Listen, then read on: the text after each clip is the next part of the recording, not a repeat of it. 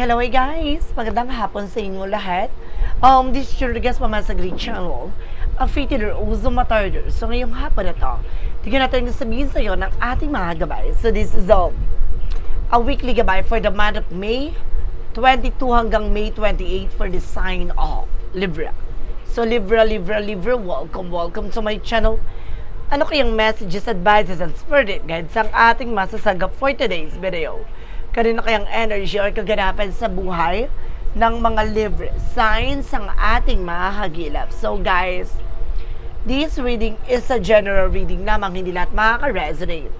Kunin lamang po ang makaka-relate sa inyo. And comment down below kung kaninong energy ang ating nasagap. And of course, don't forget to like and subscribe my channel and hit the bell for more videos update. At of course, maraming salamat po sa mga walang sawang pagsuporta sa aking channel. Lalo-lalo na hindi nag-skip ng ads. So, ay pagpalaing kayo ng Diyos at may kapal. Siksik, liglig, nag-uumapaw na biyayang manong balik sa inyo. So, let's see guys, what is the messages, advice sa ng ating angel spirit for the sign of Libra. So, let's see and watch this. Ano kaya kaganapan sa buhay ng mga Libra signs ang ating maahagilap? Tutuklasin at bubulabugin natin angel spirit. Please give me information po. Okay, there's a Three of Wands. Now, there's a waiting for ship. Kung may hinihintay ka resulta documents, there's a possible na dumating na. Now, at may mga magagandang opportunities na paparating. Now, there's something trouble. Now, adventure. Success. Now, there's something that's set up ka with happiness. So, magiging masaya at magiging maligaya ka na. No? At tapos makakaramdam ka ng ultimate happiness. No? What is the additional messages?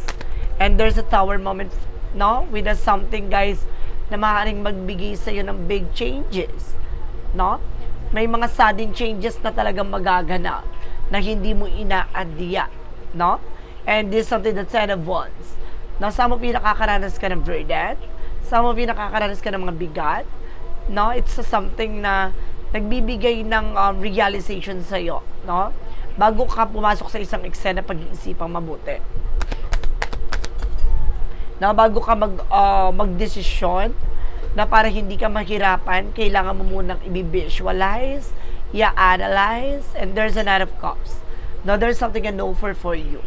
Now, may mga offer na paparating sa iyo. At the same time, guys, there's a Chariot card with an action and movement. Na magkakaroon dito ng changes and development sa buhay mo, sa sitwasyon mo. Lahat ng bagay nito ay maaaring magdala sa iyo ng something na pagbabago. Now, what is the Three of Wands? Represented with the Knight of Pentacles. Now, itong hinihintay mo, kailangan magkaroon ka ng seguridad. Now, huwag ka nag-share ng information with other people. Dahil hindi mo pa alam kung sino ang totoong kalaban mo. No? Dahil marami taong naiinggit talaga sa'yo dito. And there's a Page of Pentacles. Invest wisely. No? Kung mag-i-invest ka ng isang time, effort, ng love, siguraduhin mong, kumbaga, passion or mahal mo yung ginagawa mo. No? Gusto mo yung ginagawa mo. Invest wisely. Now, what is the Tower moment? Represent the Ace of Cups. Some of you guys may bagong pag-ibig talaga. No? There's a new love coming in, na magpapapasok dito ng panibagong eksena, na babaguhin ito yung mga nakasanayan mo. No, kumbaga, some of you na aring nabigo ka, nasaktan ka sa pag-ibig, so ang laki ng pagbabago nito, no? And there's a Six of Swords with the transition. Unti-unti ka na makakalaya sa burden, sa mga bigat, sa mga pasakit, pasanin. No, ano man yung obligasyon, responsibilidad, unti-unti ka nang makakawala. Now, there's a Five of Cups. Huwag ka lang sunggab lahat ng offer tinatanggap. No? You are also multitasker, but definitely, guys, kailangan pag-iisipang mabuti para hindi ka naiipit sa sitwasyon. What is a Chariot card? Represented with a Devil card. Now, meron ditong temptation, na deception, something a toxicity or black magic involved, na you need to take an action, no? Nakita mo na there's an arrow siyang ginagamit na, kumbaga, alam niya yung target intention niya. So, ganun siya, no? Huwag kang magpapalin lang sa mga tao sa paligid mo, no? Huwag kang magpapadala sa kanila, bagkos kailangan mo tumutok ano ba tao, ano ba talaga yung gusto mong mangyari, no, in life. What is the Three of Wands represents the Nine of Pentacles? Represent, guys, with the Moon card, no, a truth reveal, na ibabahagi, ipapakita dito lahat ng katotohanan sa'yo na dapat mong malaman, na dapat mong matuklasan, na dapat mong isalang-alang. Lahat ng bagay na to bibigyan katuparan, bibigyan ng kaliwanagan sa buhay mo, na may enlighten ka talaga dito. What is additional messages? And there's an Emperor, na maging mature and being grounded sa mga decision or actions mo, no? What is additional messages? So there's a Page of Cups. Now listen to your intuition and listen to your gut feeling, no? Kumbaga malakas ang magiging vibration mo dito or instinct na pagdating sa love. Kung itong tao na to ay matatalinhagang salita lang ang binibigay at binibigkas sa'yo, mararamdaman mo naman yan. No? What is additional messages? And this is something, the Seven of Wands. So see, protection at pangalagaan mo yung sarili mo from this burden. No? Kailangan mo na palayain sarili mo dyan. Huwag mo ikulong yung sarili mo sa isang obligasyon na hindi mo naman yan kaya. No? What is additional messages? There's just something, guys, with the Three of Swords. No? Nahihirapan, nasasaktan ka na kasi ang nangyayari dito, tinatanggap mo yung isang offer na alam mong wala ka namang kakayanan. O kumbaga nahihirapan ka na. Or maaaring naiipit ka na. No? Kumbaga, hindi mo na kaya, kailangan mo ng bitawan. Ganon. Hindi lahat ng offer kasi tinatanggap ha. Kaya yung sinasabi dito. And of course, there's something, the Hermit card. So there's something spiritual development, spiritual growth. Kumbaga talaga may pinanggagalingan talaga to na susubukin ka dito, no? Susubukin ka dito para malaman mo kung ano ba talaga yung intention mo sa buhay mo. Ano ba talaga yung purpose mo with something, the Hermit card. Spiritual development, spiritual awakening, na para mamumulat ka, no? Sa lahat ng bagay na nangyayari sa'yo. Alisin yung luho, tukso, yung mga bagay na makakasira ng eksena mo. No? Some of them, guys, maraming toxic pa sa paligid mo. No, marami pang mga umaasa at talagang kumbaga alam mo yung ikaw tong nagtatrabaho, ikaw tong nagsusumikap sa buhay mo, tapos may mga taong umaasa sa iyo, no? Tapos inaabuso ka. Ito yun with the Devil card. No, stand on your ground. Panatiliin mo ano ba talaga yung purpose mo dito, no? Para maging maganda ang takbo ng sitwasyon mo, ano yung kailangan mong pakawalan at bitawan. What is additional messages for the outcome? And this is something, the Wheel of Fortune, a turning back. No? Iikot tong kapalaran na to at maaaring pumabor sa'yo. Na magiging maganda na ang cycle at magiging maganda na ang sistema ng buhay mo. No? Dahil ipapakita at ibabahagi sa'yo yung dapat mong malaman. And there's a Star card. No? Lahat ng pangarap mo, katuparan sa mga gusto mo mangyari, may isa sa katuparan mo to. No, magtiwala at maniwala sa sarili mo, makaka-recover at magkakaroon ka ng something hope, no, pag-asa. And there's a Six of Pentacles na magtutuloy-tuloy na yung magagandang kapalaran sa'yo. Now, there's a something given, receiving something by the universe with the Six of Pentacles na magtutuloy-tuloy na siya.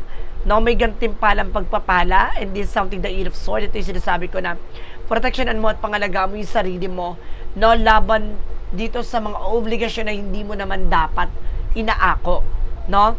Kumbaga maraming tao sa paligid mo na inaabuso na ang iyong kabaitan. And there's something, the King of Wands, no? Titingnan mo yung magiging possibilities, no? Look at the bigger picture ng bawat action and decision. No, hindi ka na magpapala decision dito. No, huwag ka na magmadali. Kailangan pag-isipang mabuti. And there's a Five of Cups. No, may mga panghihinayang, pagsisisi, ganun talaga. Parte yan ng tatahakin mo landasin para malaman mo na may mga bagay kang nagawa na kailangan mo nang mabago. No, kailangan mo nang ibahin at alisin. No, lalo-lalo na sa nakakasira ng eksena mo. So guys, let's see what is additional messages with an Angel Spirit pagdating sa finances and career. So let's see and watch this. Finances and career represent what? Represent with the Ace of Swords. There's a breakthrough. Diba? Magtatagumpay ka. No, ano naman yung mga bagay pasakit pasanin pagdating sa trabaho mo, pagdating sa finances mo, lalakgo at lalakas ito. No? What is additional messages? And this is something the Sun card. No, there's something of pure positive outcome. No, lilinisin lahat ng bagay na nakakasira sa eksena mo. Yung mga bagay na makakasama sa iyong sitwasyon. No? Sa iyong kalagayan. No? Sa iyong ginagawa. No? Lalo na sa negosyo, trabaho, finances, bibigyan liwanag sa iyo lahat yan. And there's a Ten of Swords. No, malalaman mo na bibigyan kumbaga bubuksan ang iyong mga mata para malaman mo kung sino talaga tong sumasabotahe or talaga nagbibigay pabigat para hindi ka magtagumpay. Lalo na sa finances. See, nakita mo there's solid foundation, solid boundaries. Protection mo yung sarili mo, yung mental health mo, physical health mo. No? Kumbaga, pangalagaan mo, protection mo ito with a judgment. Pinapaalalahanan ka na mag-pay attention ka. Na mahalin mo yung sarili mo. Na pangalagaan mo ang sarili mo dito.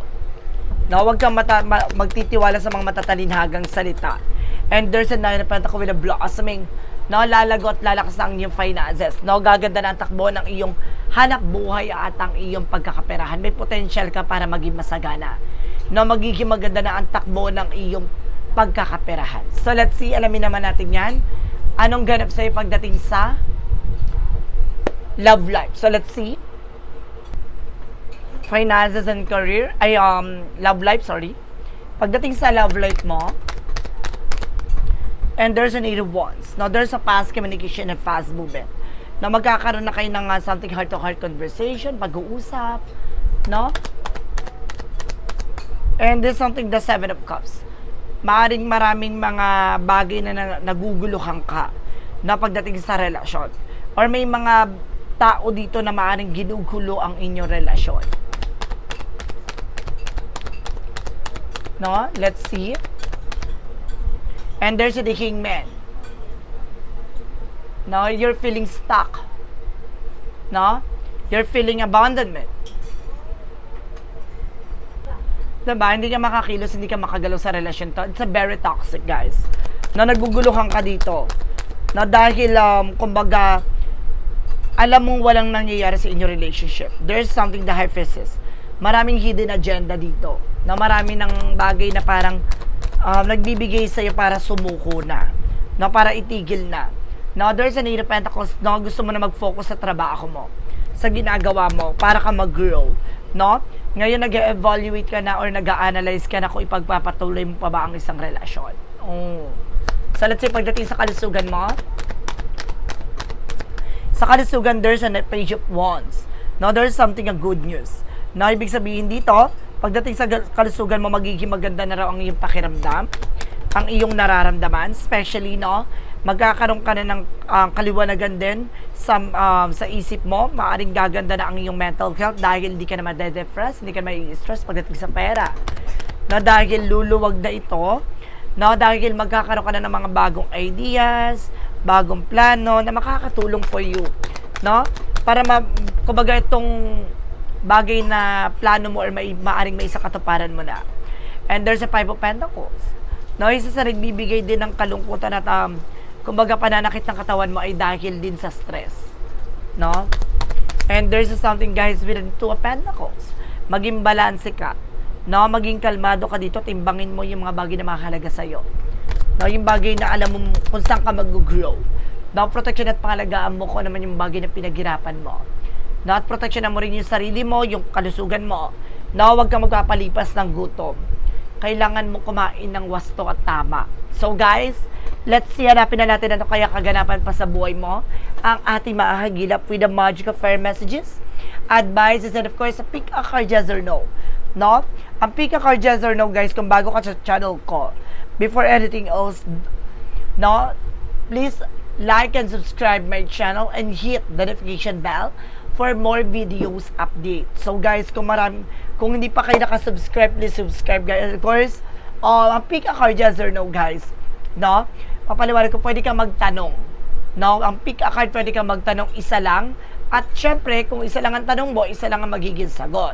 Diba? So, pipili ka dyan with the 1, 2, or 3. No? Kung ano magiging sagot dun sa tanong mo. And of course, comment down below kung anong number ang napili mo. So let's see and watch this. With the magical fire messages represent what?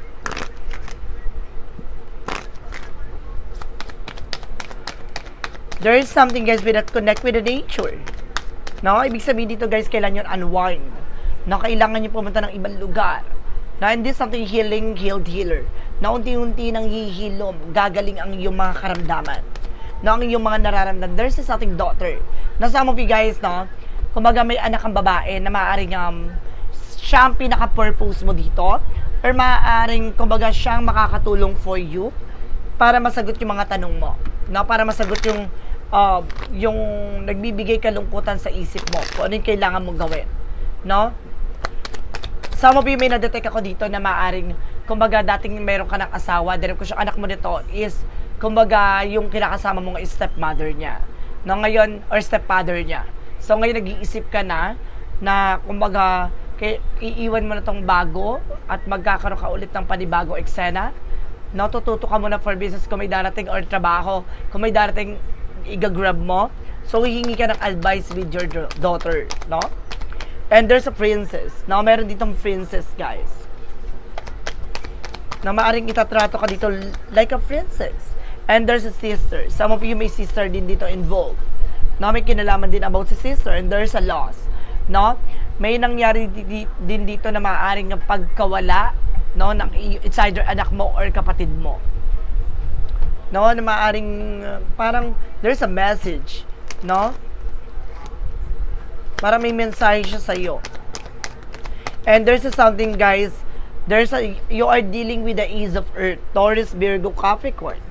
And this is something alchemy with ancestry, guys. Sabi ko na nga ba, may gabay na tumutulong sa'yo dito. And this is something ego. Alisin mo yung pride and ego, and of course yung luho at bisyo. And there's a message with a dream. Na marami kang bagay na masasagot na dito. At there's a travel and of course the communication. Marami mga communication messages kang matatanggap. What is the romance age for a mystic of oracle deck? And there's an insecurities. Alisin mo yung mga bagay na nagbibigay ng takot sa'yo para gawin yung bagay na to. No, or either may mga insecurities like parang may gusto kang mangyari sa'yo sa sitwasyon mo or meron kang bagay na gusto makuha. No, kailangan mo tutukan muna kung ano yung mahalaga sa ngayon. And there's a bliss with a happiness. Na magiging masaya ka at magiging maligaya ang sitwasyon mo dito. May mga unexpected lang na pagbabago sa buhay mo na maaaring gugulantangin ka at guguluhin ka sa eksena. Mag-iingat ka. What is the eagle's number? Represent what? An angel's number represents 0606 with a commitment. Now, applying honesty and light daily is a fast track to create something meaningful in life. It's how you find solution and confront, release worries by speaking your truth, and express your emotion regularly. Open up for the best yet to come. So, matutupad yung mga pangarap mo dito na may papakita mo yung dapat mong ipakita. No, kung magkukumit ka sa eksena, hindi lang sa relasyon, no, sa sitwasyon, pagdating din sa finances at kalusugan mo. Natutukan mo ito at dapat handa ka sa mga possibilities. What is the money move oracle deck? And of course, represent with the flexibility, no?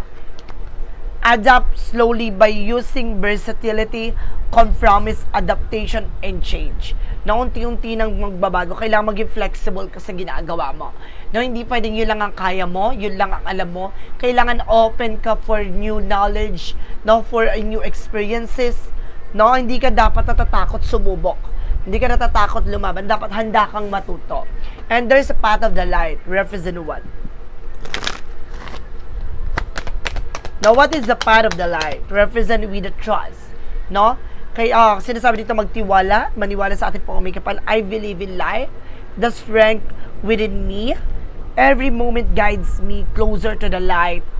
And I trust that everything on my path, even the challenges, is a part of my journey towards growth and progress. So see, alam mo lahat ng bagay na ito ipapakitang katotohanan sa'yo. No? Na alam mo sa sarili mo na lahat ng mga bagay na pinagdadaanan mo ay daan yan tungo sa mas maganda at pagbabagong sitwasyon na tatahakin mo. No, naniniwala ka sa bawat ginagawa mo, or bawat nararanasan mo, ay binibigyan ka ng lakas ng loob para ilaban. What is the shadow work represent what? With the shadow work represent what? With the shadow work represent with a health through art. Health through art. Creativity expressions. Express your shadow in the art and let healing unfold. No? Kumbaga, ibaling mo yung sarili mo sa ibang bagay. No? Yung mga bagay na alam mo makakatulong for you. No?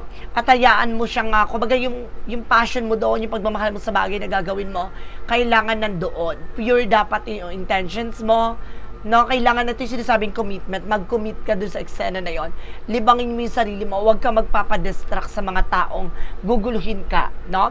Kailangan mo mag-focus at mag-concentrate. At dun hihilom lahat ng mga karanasan at mga pinagdaanan mong masasakit at may mga kabiguan. So let's see. What lies beneath with the hidden future? Ano yung mga bagay na nakatago sa hinaharap mo? Represent guys with a putting on show. No? Parang inilalagay ka sa isang entablado na ikaw mismo ang bida. No? Sa bawat kilos at galaw mo, nasa sayo, nakasalalay ang ganda ng performance. No? Ibig sabihin, ikaw mismo ang gagawa ng action and decisions para baguhin at ipakita mo ang chapter mo. No, napakita mo, ito yung sarili mong pahina, ito na yung eksena mo, gawin mong mas maganda at mas pasabog. So, there's a clarifying for a love situation.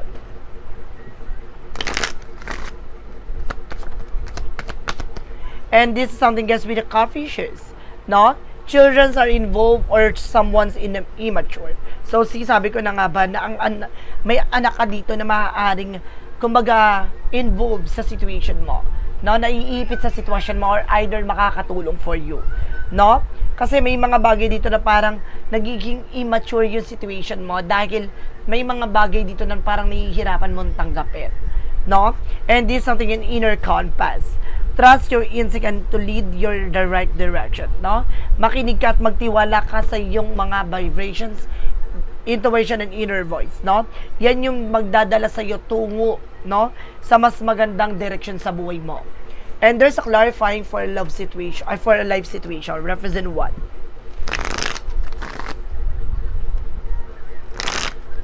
For clarifying for a life situation, represent with a happiness is simple.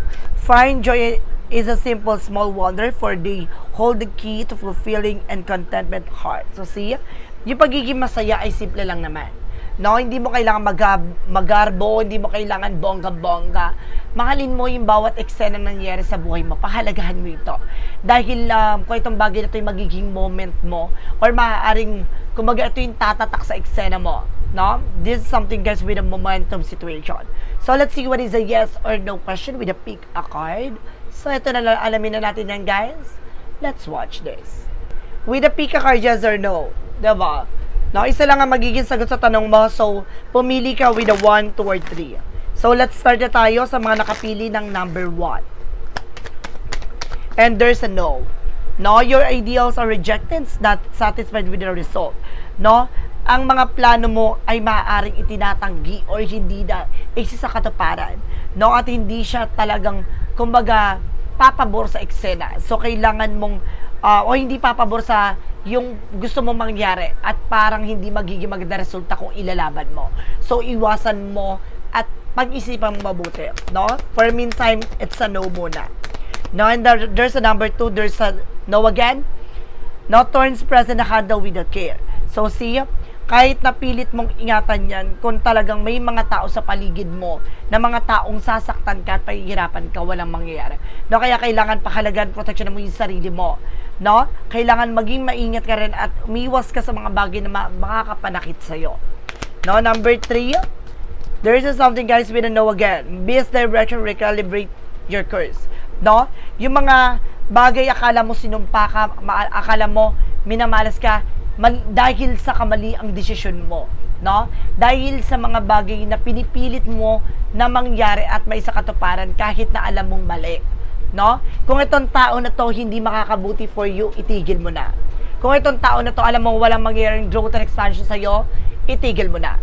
No? Mali ang direksyon at mali ang iyong pananaw at mali yung iniisip mo para may isa katuparan nito. So, baguhin mo to hanggat maaga pa. So, guys, this is a weekly gabay for the month of May 22 hanggang May 28 for the sign of Libra. So, Libra, maraming salamat po for this wonderful reading. So, once again, this reading is a general reading lamang, hindi lahat makaka-resonate. Kunin lamang po ang makaka-relate sa inyo and comment down below kung kaninong energy ang ating nasagot. And of course, don't forget to like and subscribe my channel and hit the notification bell for more videos update. Kasi maraming salamat po sa mga walang sawang pagsuporta sa aking channel, lalong-lalo na ang hindi nag-skip ng ads. So, pagpalain kayo ng Diyos at may kapal. Siksik, liglig, nag-uumapaw, nabiyayang manong balik sa inyo. Maraming salamat po. And see you in the next video. Bye-bye and babush.